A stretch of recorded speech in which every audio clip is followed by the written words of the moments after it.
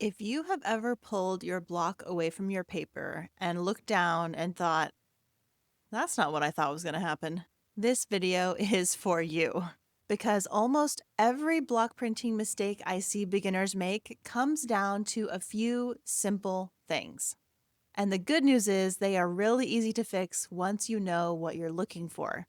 So I'm going to walk you through the 5 most common block printing mistakes I see and how to fix them. And before I get to it, I have a free download down in the description with a list of all of my favorite tools and materials. So grab that if you want to know what I use. And if you're new here, consider subscribing. I post block printing content every other week, and I try to share everything that I've learned along my block printing journey. So the first 2 printing mistakes that I see kind of go hand in hand, and they both happen at the printing stage. So mistake number 1 is not enough ink. If your print is coming out patchy or faded looking, this is almost always the culprit. And the good news is the fix is really simple. More ink. A well-inked block should have full, even coverage. And what I like to do is take a look at the block from the side, from all angles, let the light hit it everywhere, and then you can see how much ink you have and what spots you missed. The more you practice, the easier it is to recognize when you don't have enough ink on your block. It just takes time and repetition.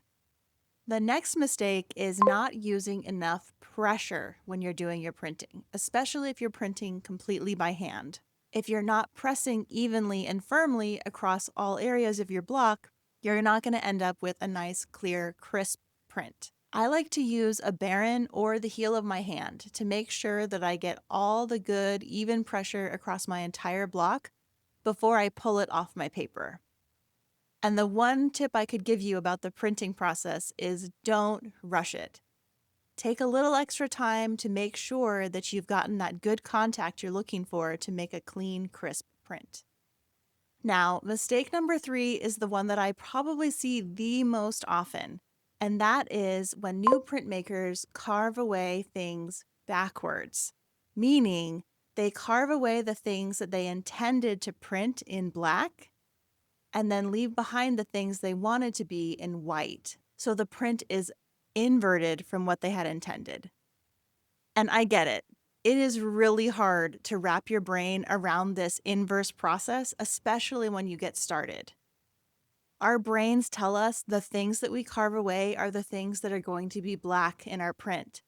But in reality, the things that we carve away are the parts of the print that are going to be white or the color of your paper. The best fix I can give you for this is to plan ahead. I like to work out my designs in Procreate before I print them out and put them on paper to transfer to my block. Then I make sure to keep that printout close by when I'm doing my carving. I will even sometimes go so far as printing the same image in reverse because that's how it's going to look when it's transferred onto my block. Essentially, this just gives me a map of what I'm going to follow. That way I know for sure what I'm going to carve away and what I'm going to leave behind to print in black. The next mistake is choosing the wrong paper. And when I say the wrong paper, what I really mean is a very textured paper. And don't get me wrong, if you want your print on really textured paper, ignore this.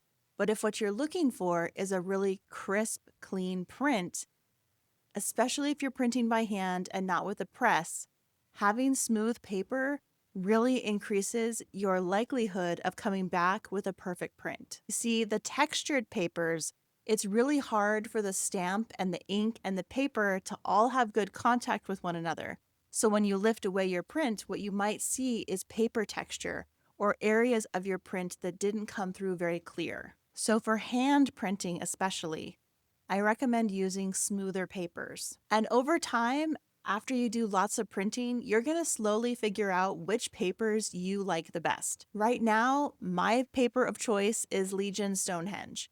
I love its smoothness. I like that it's thick.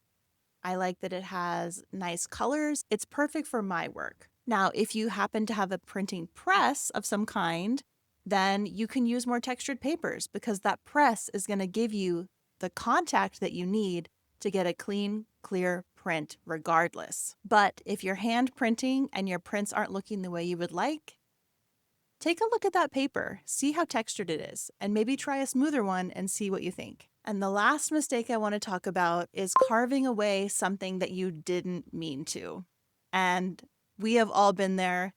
I have definitely been there. There is more than one occasion where I have been carving along and then I look down and think, oh no, I didn't mean to carve that away. And here's the thing, you can't put that rubber back, which I know is a total bummer. But when you encounter this problem, and you probably will, you can take one of two roads. The first road is you look at your block and you think, that detail was really important, so I have to start over. And that's fine. That's just more practice. That's more time for you to spend carving and, developing your process. The other road you could go down is looking at that loss, essentially, as an opportunity. So now you get to reconsider, how can you incorporate this mistake into your overall composition? It could be a fun problem to solve. And the best way I can say to prevent this problem is to go slowly, to have a reference beside you, and to really take your time. But either way, use this as an opportunity to get curious and to see what you would do different next time. Once again, my free download is linked below if you want a list of all the products that I use and love. And if you want to take those tools and actually start printing, watch this video next.